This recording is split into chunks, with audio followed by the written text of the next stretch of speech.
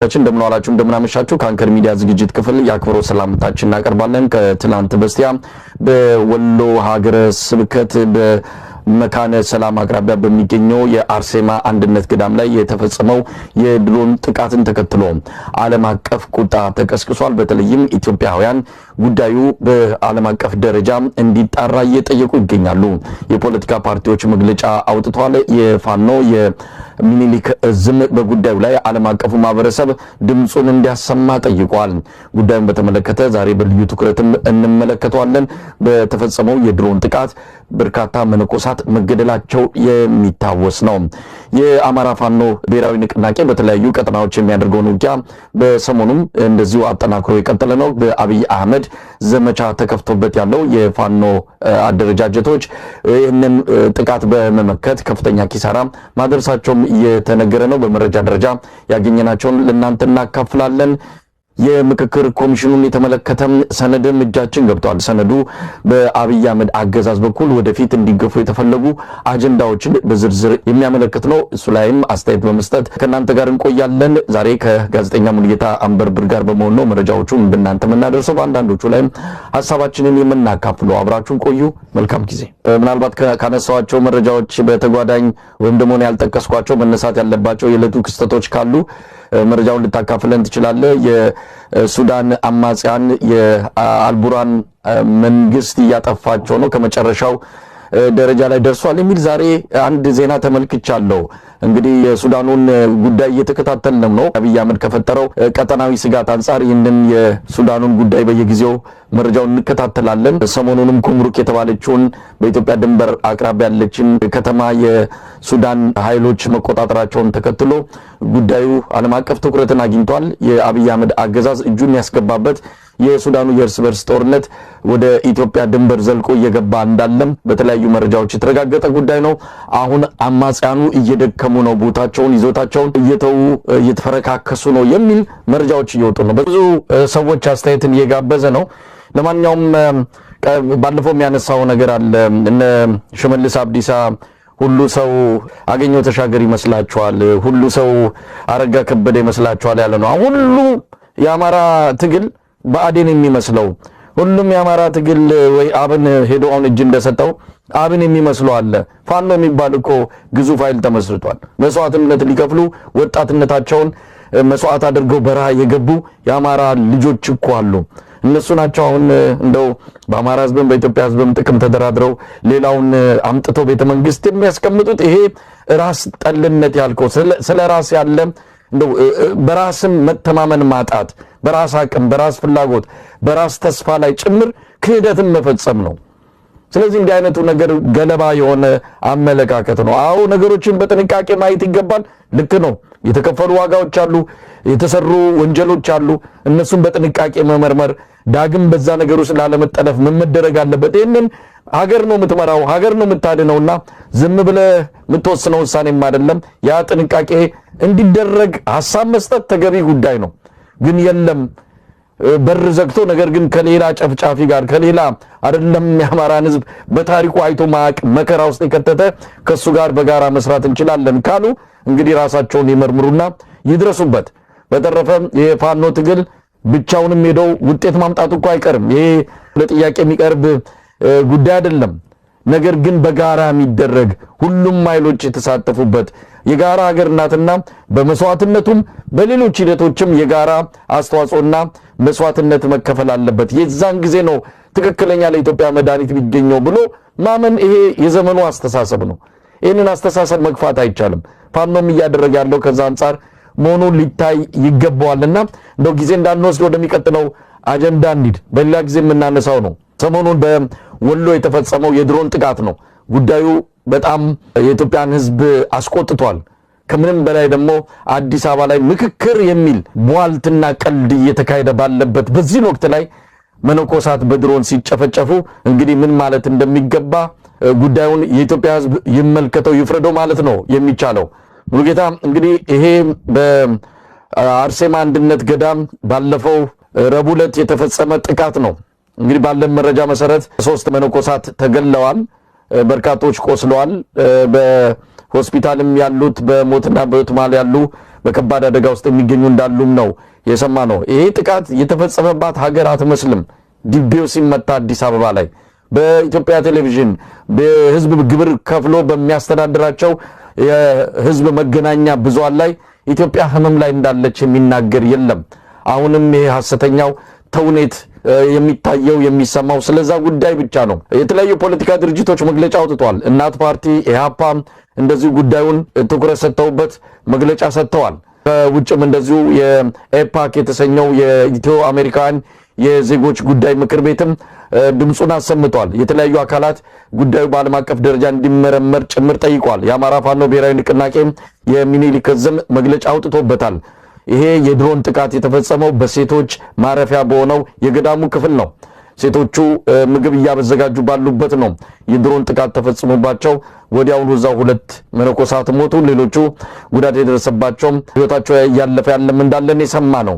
ጉዳዩ በጣም አሳዛኝ ነው። እንደው ሙልጌታ ምን ማለት ይቻላል? ይሄ ጉዳይ ከተፈጸመ በኋላ በኢትዮጵያ ኦርቶዶክስ ተዋሕዶ ቤተክርስቲያንም ሆነ በአገዛዙ በኩል የተባለ ነገር የለም። ተፈጽሟል። ከተፈጸመስ ማን ነው? ለዚህ ጉዳይ ማን ነው ተጠያቂ? ይሄን የሚናገርም ሆነ ስለ ጉዳዩ ትኩረት የሰጠ የመንግስት አካልም የቤተክርስቲያኒቱ አባቶችም የሉም። ምን ማለት ይቻላል? ሙልጌታ እንደዚህ ከፋኖ ትግል ጋር በተያያዘ እንግዲህ በየዕለቱ አውደ ውጊያ ውሎችን መረጃዎችን ለተመልካቾች እያቀረብን ነው። ፋኖ ባለፉት 3 ዓመታት እያደረገ የዘለቀው ትግል በአንጻራዊ ሁኔታ የተሻለ ቁመና ኖሮት በኢትዮጵያ ፖለቲካ ላይ በአጠቃላይ በምስራቅ አፍሪካ ሁለንተናዊ ገጽታ ላይ ትልቅ ታሪክ እየሰራ እንዳለ እንደው ጠላትም ወዳጅም በሚገባ የሚናገረው ነው። ነገር ግን በተለይ አሁን ካለው ወቅታዊ ሁኔታ በአማራ ሕዝብ ላይ እየደረሰ ካለው በየዕለቱ እየከፋ ከመጣው ማህበራዊ ቀውስ ጋር ተያይዞ ይሄ ትግል ባጭሩ መቋጨት አለበት። በቶሎ ይሄ አገዛዙ ከስልጣን ተወግዶ የአማራ ሕዝብ የኢትዮጵያ ሕዝብ አጠቃላይ እፎይታ የሚያገኙበት ጊዜ በቶሎ መምጣት አለበት የሚል ነገር ይነሳል። ከዚህ አንጻር ፋኖች በሚገባው ፍጥነት በአቅማቸው ልክ ሌሎች ነገሮች የሚጎትታቸውን ወደ ጎን አድርገው ይህን ትግል የሚያሳጥሩበት ነገር መቼ ይሆን እውን የሚሆነው የሚል ጥያቄ ባገኘናቸው አጋጣሚ እንገልጽላቸዋለን። ባለፈውም አንስተናል። አርበኛ አብደላ እንድሪስ ወደ 3ኛው ምዕራፍ ገብተናል። ስለዚህ በዚህ ምዕራፍ ላይ ይሄ የምንለው ለውጥ ይመጣል ነው። ሰሞኑንም እንደዚሁ አርበኛ ሞገስ አባራውን የአማራ ፋኖ ብሔራዊ ንቅናቄ የሚኒሊክ ዕዝ የፖለቲካ መምሪያ ኃላፊንም እንዲሁ አነጋግሬው ተመሳሳይ መልስ ነው የሰጠን። ግን አሁንም የሚጎትቱ ነገሮች አሉ። ውስጣቸውን በደንብ አጥርተው አንድነታቸውን በደንብ ቤታቸውን ሰርተው መምጣት አለባቸው። ከሌላውም ጋር አብሮ ለመስራት በቅድሚያ የቤትን ጣጣ መጨረስ አለብህ የሚለው ነገር ምንም የማይታለፍ እውነታ ነው። ከዚህ አንጻር ያለውንም ነገር በየጊዜው ያነሳን እየጠየቅናቸው ነው። ሙልጌታ እንደው አንዳንድ ነገሮችን ትንሽ ጠንከር አድርጎ ማንሳትም የሚገባ ነው። እንግዲህ ይሄ አደረጃጀት ጉዳይ እውነት ለመናገር ከትግሉ ጋር በቅርበት ያለን ሰዎች በብዙ ስንለፋ የነበረበት ከሚዲያው ጀርባ ሆነን ነገሮች መስመር እንዲይዙ ወደ አንድነት እንዲመጡ እውነት ለመናገር በተወሰነ ደረጃ አስተዋጽኦ አድርገናል ብለን እናምናለን። ያም ተሳክቶ እንግዲህ ጥር 9 ቀን ወደ አንድ መተዋል። እንደ በፊቱ አይነት ከዚህም ከዛም የሚባል ነገር የለም። ግን ይሄም ቢሆን ያላለቀ ብዙ ነገር እንዳለ አሁን እየተረዳን ነው። አንተ የጠቀስከው የሁለት ቀጠናዎች አደረጃጀታቸውን አለመጨረስን ጠቅሰዋል። ከዚህ ባሻገር ደግሞ በአካሄድም አሁን የሆኑ መስመሮች ተከፍተው ልዩነትን በሚያሰፉ መልኩ የፋኖን አንድነትን ለማናጋት የፋኖን በአንድ ላይ መቆምን እንደው የሆነ ችግር ለመፍጠር የተለያዩ ወገኖች እየተንቀሳቀሱ ነው ያሉት። በተለይ የጥምረቱን ጉዳይ በተመለከተ ከዋትም ሆነ ከሌሎች ኃይሎች ጋር የሚደረገውን ጥምረት አስመልክቶ አንድነቱ እንዳይመጣ እንደው መስመር ላይ ያለው መንገድ ላይ ያለው ሂደትን የሚያደናቅፉ ነገሮችን እያስተዋልን ነው። ይህንንም በራቸውን ዘግተው ከአንድ ስምምነት ላይ ከአንድ ውሳኔ ላይ ደርሰው ይፋ ማድረግ እንደሚገባቸው ይታመናል። ቀደም ሲል የተጠቀምከው ተረት አለ፣ ምን በቀደደው ያልከው ይሄ የተወሰነ ክፍተት ያገኙ የብልጽግና የዲጂታል ሚሊሻዎችም የተለያዩ በፎቶሾፕም በፌክ መረጃም ነገሩን እያሰፉትና የፋኖን ትግል የተላላኪ የፋኖን ትግል ያድራሽነት ሌላውን ተሸክሞ ቤተ መንግስት አስገብቶ እሱ ወደ ጎሬው ተመልሶ የሚገባ ተመልሶ የባርነቱን ዘመን የሚጀምርበት አድርገው የሚገልጹ ወገኖች አሉ። አሁን ሰሞኑንም በስፋት የተሰራጨውን አንድ ዘመነ ካሴ ሞንጆሪኖን አዝሎ ወደ አዲስ አበባ ሲገባ የሚታይበትን ፎቶሾፕ ፎቶግራፍ ተመልክተዋል። እንዲህ አይነቱ ነገር አስተሳሰባቸውን፣ አመለካከታቸውን በሚገባ የሚያሳይ ነው። ህወሓት አሁንም የአማራ ፈረስ እየፈለገ እንደ ብአዴን አይነት ተፈናጦ ወደ አዲስ አበባ የሚገባበትን ኃይል እያመቻቸ ነው ብለው የፋኖን አቅም የማሳነስ የማኮሰስ ዘመቻ ውስጥ የተጠመዱ አሉ። ይህንን የሚያደርጉት ብልጽግናዎች ብቻም አይደሉም፣ የተጠለፉ ሰዎችም አሉ። ትግሉን በጥርጣሬ የሚመለከቱ ማንኛውንም ኃይል ጋር ፋኖ መጣመር የለበትም ብለው በራቸውን ጠርቅመው የዘጉ የፋኖ ትግል ደጋፊዎችም ጭምር ጉዳዩን እንዲሰፋ ሌሎች መሰስ ብለው እንዲገቡ እያደረጉ ነውና እዚህ ላይም ጠንከር ያለ አቋም ይዞ ፋኖ አንዳች ውሳኔ ላይ መድረስ ያለበት ይመስለኛል። መሽኮርመሙ መብቃት አለበት። ቀደም ሲል እንዳልነው የአማራ ህዝብም የኢትዮጵያ ህዝብም ስቃይ በአስቸኳይ ቆሞ ወደ ሰላማዊ ህይወት መግባት አለበት። ለዚህ ደግሞ እንደዚህ አይነት ፖለቲካዊ መሽኮርመሞችን ማቆምና እውነተኛውን ነገር ትክክለኛውን ነገር ማድረግ የሚገባ ይመስለኛል። መጀመሪያ ድሉን ልስጥ። እሺ፣ አመሰግናለሁ መሳይ። አድማጭ ተመልካቾቻችን በቅድሚያ ሰላም ማለት እፈልጋለሁ። እንግዲህ ቀዳሚ የማደርገው ከፋኖ መንደር ከፋኖ አምባ ያሉትን አሁናዊ ሁኔታዎችና እንቅስቃሴዎችን በተመለከተ መረጃ በማጋራት ይሆናል። ቀዳሚ የማደርገው ወደ ሸዋ ጠቅላይ ግዛት ቀጠና ነው። እንግዲህ በሸዋ ጠቅላይ ግዛት መዘዞ ከአራት አቅጣጫ ዘረፋ የተንቀሳቀሰ የአገዛዙ ኃይል ክፉኛ መመታቱን በዛሬው ዕለት የአማራ ፋኖ ብሔራዊ ንቅናቄ ሸዋ ጠቅላይ ግዛት አሳምነው ይፋ አድርጓል። እንግዲህ በዚህ መነሻውን ከመንዛ አውራጃ ሞላሌ፣ ወገሬ፣ መሀል ሜዳና ዘመራ ያደረገው የአገዛዙ ኃይል ወደ ፋኖቹ መንደር ከፍተኛ እንቅስቃሴ አድርጎ በተለይ ከረፋዱ 4 ሰዓት ጀምሮ ከባሽ ከተማ ዙሪያ ከፍተኛ ትንቅንቅ ሲያደርጉ መዋላቸውን የተሰማው። ከቆባ አስተል እስከ መዘዞ ከተማ ድረስ ሁለቱም ክፍለ ጦሮች በቅንጅት ገጥመው እንደነበረ የተሰማው።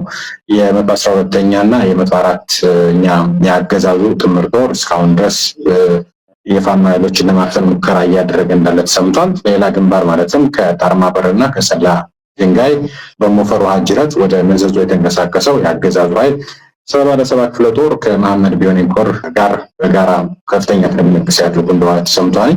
እንግዲህ ዝርዝር መረጃውን እንደደረሰን ወደ አድማጭ ተመልካቾቻችን የምናደርስ ይሆናል። ከሰሞኑ እንግዲህ እኛም ስንጠቅስ እንደነበረው ሸዋ ጠቅላይ ግዛት ቀጠና ላይ የአገዛዙ ኃይል በተለይ አዳዲስ ድሎችን ለማስመዝገብ ሙከራ እያደረገ ይገኛል።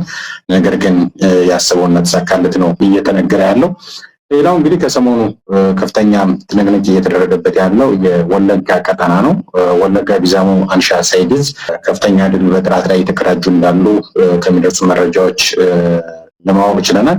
እንግዲህ የከባድ መሳሪያ ፍንዳታን 4ኛ ቀኑን የያዘው ከአራቱም ክፍለ ጦሮች የተውጣጡ የአንሻ ሳይድ በምስራቅ ወለጋ ዞን ስቡ ሳሬ ወረዳና ጉቶ ጊዳ ወረዳ የህልውና ተጋድሎ በከፍተኛ ሁኔታ እያደረጉ እንደሆነ ተሰምቷል።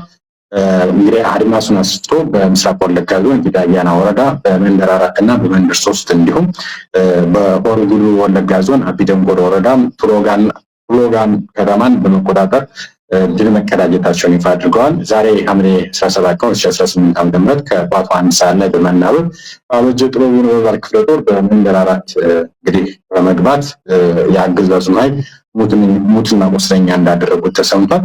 በዚህ በተለይ አንገርጉትን ክፍለ ጦር መንደር 3 ቀበሌ ላይ በመግባት የአንድ ጥራት ፓትሮል ኃይል ከነ ተሽከርካሪ ሲመጡ በሁለቱም ቀበሌዎች የተናበበ የሁለቱ ክፍለ ጦሮች ጥምረት ከከተሞች በማስወጣትና ቀጠናው ሙሉ ለሙሉ በፋኖች ቁጥጥር ስር መዋል ተችሏል። በሌላኛው በሆሮ ጉዱሩ ወለጋ ዞን አቢዶንጎሮ ወረዳ ቱሏጋ ከተማን ታፈረ አረሙሳት ነው ክፍለ ጦር በልዩ ኦፕሬሽን ከተማዋን ሙሉ ለሙሉ ተቆጣጥሯል። በዚህም ከባድ ውጊያ ምርኮ የተገኘ ሲሆን 31 ክላሽንኮቭ ሲማረክ አንድ ሚሲቪል ሲንቀሳቀስ የነበረ የደህንነት አባልም ጨምሮ 4 የኦሮሞ ልዩ ኃይል በማረክ በከፍተኛ የበላይነት መቆጣጠር እንደተቻለ የተገለጸው። ወለጋ ላይ እንግዲህ ከ5ኛ ቀኑን የያዘ ከፍተኛ ትንቅንቅ እየተደረገ ነው። በጎጃም ቀጠና ዝርዝር መረጃ በጣም ነገር ግን አሁንም ደጋዳሞችን ጨምሮ በሁሉም ቀጠናዎች እንዳለ ነው እየሰማን ያለ ነው። ነገር ግን ዝርዝር መረጃዎች እየወጡ አይደለም። በሌላ ቀጠና ከሰሞኑ በርካቶች እየተነጋገሩበት የሚገኘው ሐምሌ 15 ቀን 2018 ዓ.ም አባይ በረሃም ያለችው ቅድስት አርሴማ ገዳም መነኮሳት በጸሎት ቅዳሴ ላይ ያሉ በደረሰባቸው የአካንቺ ድሮን ድብደባ 7 መነኮሳት ወዲያውኑ ሕይወታቸውን ሲያልፍ 10 መነኮሳት ደግሞ በከባድ ሁኔታ መቁሰላቸውን በወቅቱ በአንከር ሚዲያም እንደዚሁ የገዳሙን አበምኔት ሲጨምሩ የተናገሩበት ሁኔታ አለ። ይህን ተከትሎ በርካታ የሀገር ውስጥ የፖለቲካ ፓርቲዎችም እንዲሁም ደግሞ በርካቶች ሀሳብና አስተያየታቸውን እያሸረሸሩ ይገኛሉ። እንግዲህ በርካቶች ዓለም አቀፍ ለማድረግም ከፍተኛ እንቅስቃሴ እያደረጉ እንደሆነ ከተለያዩ ሚዲያዎች እና በተለይ አንከር ሚዲያ በዚህ ጉዳይ ላይ በሰፊው ዘግቦታል። አሁናዊ እውነቶች እነዚህን ይመስላሉ። መሳይ አመሰግናለሁ።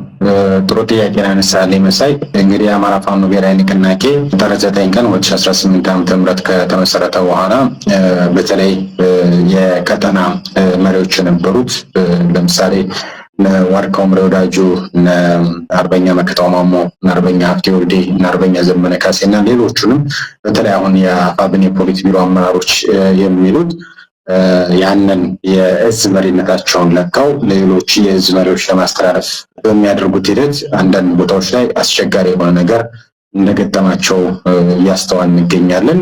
በዚህ ረገድ ምስጋና የሚገባቸው እዞች አሉ።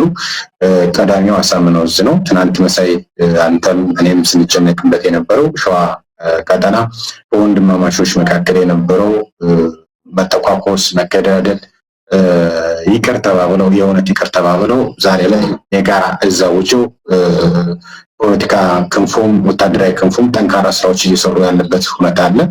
ከሸዋ ጠቅላይ ግዛት እዝም እየወጡ ያሉት መረጃዎች የዚህ ድምር ውጤት የአደረጃጀትም ወታደራዊ እንቅስቃሴ ፖለቲካም እንደዚህ በተመሳሳይ ጠንካራ የሚሆንበት አለ።